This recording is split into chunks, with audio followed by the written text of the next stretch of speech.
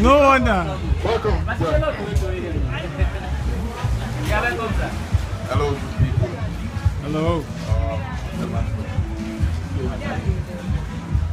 I got the wrong time to speak because everybody is eating and I want to have my session, a very short one, because I think we need time to play and interact more.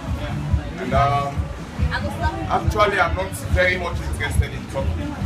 Now, currently, I can talk a lot, I can talk too much, but at this present stage, I am not interested in talking because the talking is too much in our society. We all know the problem of our society. We all know the issues, many people can explain it. And I believe most good ideals, most good ethics are not new to all of us. But the problem is to put them into practice. There comes the challenge. But before I start, I'm going to talk briefly on leadership. Yeah? And let's do this quick exercise before we are paying attention from the beginning. We are in 3 groups, I would say. Here is group 1. Here is group 2, this pillar to this. You start group 2, you end group 2. You start group 3, and you end group 3. Yeah? And here is going to be P, here is going to be G, and here is going to be N. Yeah? Here is G, and here is, it makes what? PGM. And our founder has given us a broad vision. Yeah? So when I say PGM, let's call this vision. The broad vision we got from him, number one, sustainable love relationship, and number 2, change in Africa.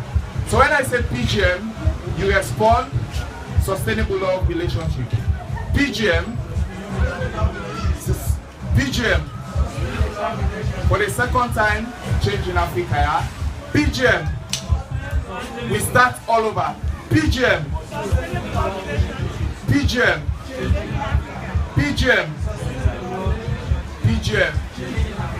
change in Africa.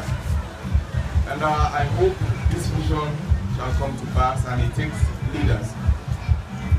But one question I would like to ask, who do you think is a leader? I'm not going to pour down theory, but let's make sense let's make sense from one another. You have good ideas there, I may learn from. But who do you think is a leader? Let's just get to say. Who do you think is a leader?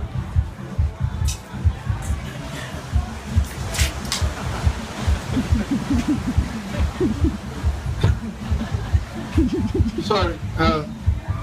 To me, rationally, a leader is someone who listens to people,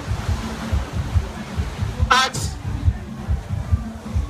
for their problems, find a way forward in solving the problem, sacrifice himself to work in the interest of his people. To me, I think that person is a leader. Thank you very much. Listen and solve problems. My definition of a leader is a person who is compassionate and willing to serve his people. Be audible. Person who is compassionate and willing to serve his people. Okay. Compassionate, willing to serve. Someone who is compassionate and willing to help people. You want to say something? Okay. But will you agree with me that Sarah alone we have a leadership problem, or there is leadership problem in our societies? Is there any? Why do you think leadership is the problem? Brief points quickly. Why I think leadership in Sierra Leone has a very big problem. The problem about leadership in Sierra Leone is that our leaders are people who are autocratic leaders. They are people who command people instead of assisting people to do something. Very good. Our leaders, one reason why we have leadership problem, of course we've established that the reason for our backwardness is leadership. And why is it leadership? Because our leaders are autocratic. Another person, why do you think leadership is a problem in Sierra Leone? Let me get somebody from this side. Why do you think leadership is a problem in Sierra Leone? We've got one reason, autocratic, meaning they are very authoritative. They rule by what they desire. Can I get any other one?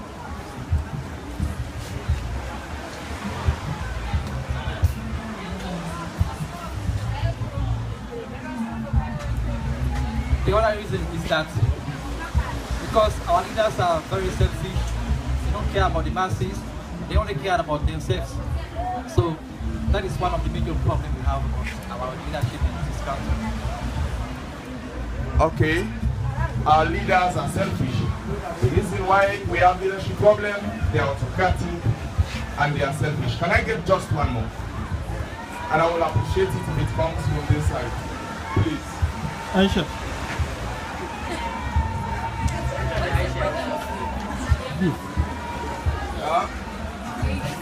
Why do you think it's a problem? Okay. We move on. I'm not excited about the solutions to our problems. And I don't want to talk about those things. How Ceylon should change. What I am very much interested about is the willingness to pay the price. Believe me, to lead is not very easy. It is very easy for me to say fight corruption, I will not accept bribe, but come on.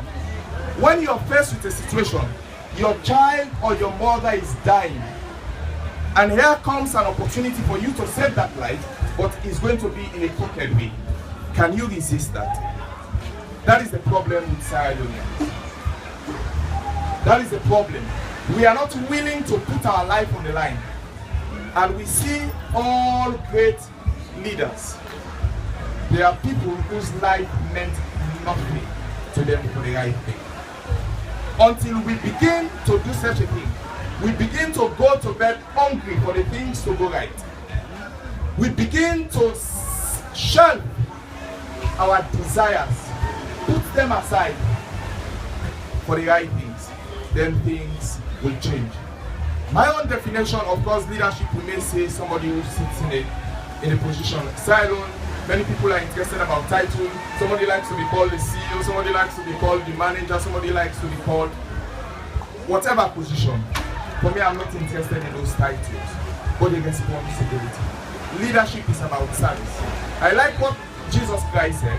He said, I come, is my greatest example for leadership. He said, I come not to be served, but to serve people.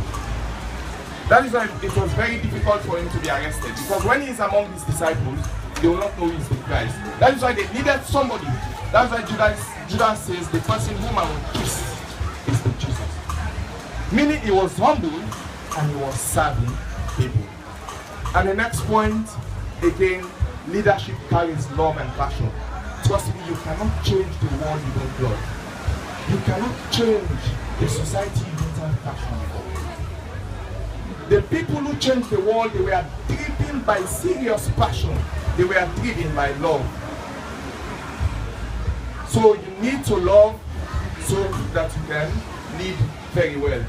And another thing again, as I have mentioned it earlier, be willing to pay the sacrifice. Whatever position you are, for you to serve correctly, for you to serve your purpose, please be willing to make the sacrifice. I can't imagine what Nelson Mandela, because of his activism, his wife told her, stop this so that we will live happily. Do you know that our wife divorced her for that? Our wife meant nothing to her. Go, but I will stand for the right of the people. Are we willing to make those sacrifices? If we are willing, Ceylon will change. If we are not willing to let, that is why Jesus Christ even said it in his example of leadership. He said, if you love your mother, if you love your brother than I do, then Nelson Mandela divorced twice, all for the same reason. Stop talking about right, stop talking about right, let's leave happily. He said, no, I cannot stop. I'm going. Okay, go. The wife, they love so much. So this is the necessary sacrifice we need to make to change Sierra Leone. And the fourth point I would like to talk about is indignation, which is my second to last point. Indignation means you are angry at evil. Many of us feel so complacent when things are going wrong. We relax. It's not my business. But let's take one of the greatest leaders that has ever lived on earth is King David. Do you know what made King David a leader? He was not the leader by then. He was just an herdsman looking after the sheep of his father. But when he came to the battlefield and he saw Goliath, everybody, even the king, was hiding from Goliath. David at age 17 had indignation. Why this man is standing against my people, cursing my people? I had to confront him. If we begin to see the evil in our society, no matter how small you are, and say, no, I must put my life to this. I must challenge the issue. Let us be angry at evil. Let us be angry when things are going wrong, and then push forward to solve them. And lastly, if some of us who have read history, or some of us who are reading history, or some of us who are interested about reading, or some of us who are interested about the greatest nation in the world, America, if you read about America, you will come to know that the Bible is one of the greatest cause for their revival and development. Read the history of America. Their first president, George Washington, said this. He said it is impossible to govern the world without God and the Bible. The first president of America made this statement. It is important, brothers and sisters, with this short talk, let's get into practice. As I said, I'm not interested in talking much, but put those things in practice, and then we see our society, our families changing for a better. Thank you.